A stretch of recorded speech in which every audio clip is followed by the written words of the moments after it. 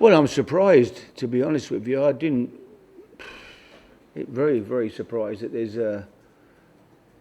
I know years ago when there was, the lads,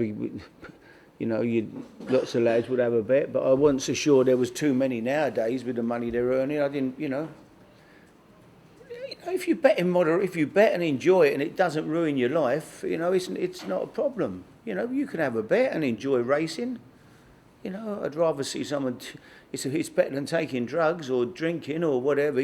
So if lads have, as long as it's done and it's not going to suddenly send them skint, or we don't want to see that of anyone. It's a short life, and they've got to come out of it with something behind them. To come out playing, having a good career, and then coming out and having lost everything is so sad.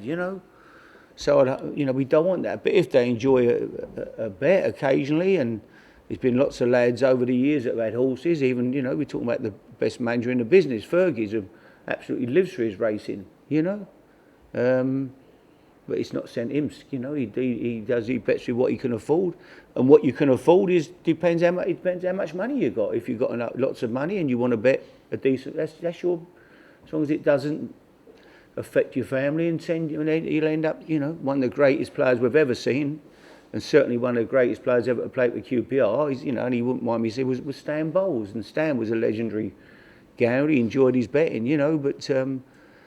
Hopefully now, and I'm sure, I don't know, would Stan have changed anything? You don't know, do you? You never know. Maybe he'd say, no, I enjoyed my life and that's the way I was. But no, it's sad if lads are having to go to the clinic for help because they're losing all their money. That is sad. I hate to see that. It's one of those also as a manager, I'd imagine, that if a player is drinking too much, partying too much or eating too much, you can see that. But you'll never be able to see it. No, you wouldn't know, would you? You don't know. You don't know what lads do. Listen, no one knows what goes on behind closed doors, do they? When they leave here, I don't care who you are. People say, "Oh, this manager, you don't stand for that." Who knows what you stand for? I can't. You're not 24 hours a day with them. They walk out of here. They can go and do what they want. How do I know what they're doing when they go home? If they want to have a drink, they'll go around. I can't be watching them. You're hoping they're behaving, but whatever. But we don't know, do we?